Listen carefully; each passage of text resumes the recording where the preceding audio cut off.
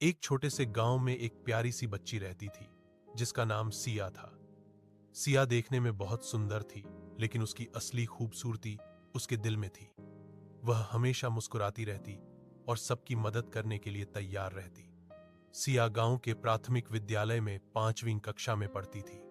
उसके पिता किसान थे और मां घर का काम संभालती थीं। परिवार अमीर नहीं था, परंतु बहुत प्यार भरा था।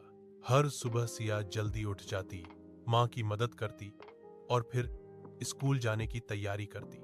रास्ते में वह कई बच्चों को देखती जो स्कूल नहीं जाते थे। सिया को यह देखकर दुख होता।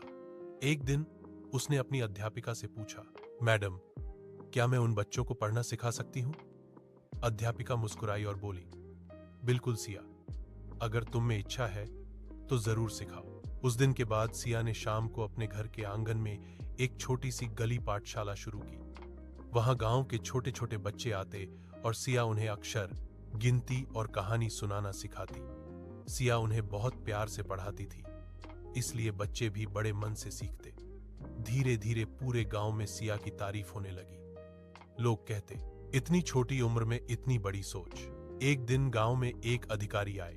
उन्होंने देखा कि बच्चे बड़ी लगन से पढ़ रहे हैं। जब उन्होंने पूछा कि कौन पढ़ाता है, तो सब बच्चों ने एक साथ कहा, हमारी सिया दीदी। अधिकारी बहुत प्रभावित हुए।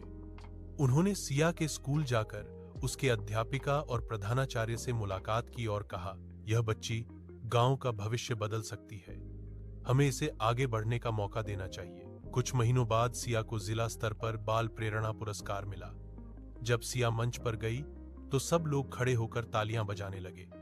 मंच से सिया ने कहा, मैं सिर्फ यह चाहती हूं कि कोई भी बच्चा शिक्षा से वंचित न रहे। अगर हम सब थोड़ा थोड़ा प्रयास करें तो हमारा गांव, हमारा देश, सब जगह ज्ञान की रोशनी फैल सकती है। उस दिन सिया के माता पिता की आंखों में गर्व के आंसू थे।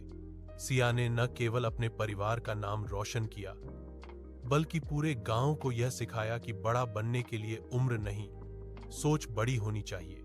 आज भी उस गांव में जब कोई बच्चा स्कूल जाने से मना करता है, तो उसके माता पिता कहते हैं, देखो बेटा, सिया दीदी की तरह बनो जिसने पूरे गांव को पढ़ाया।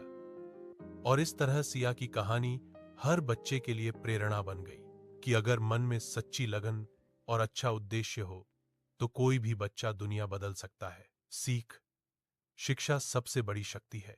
एक बच्चा भी बदलाव की शुरुआत कर सकता है।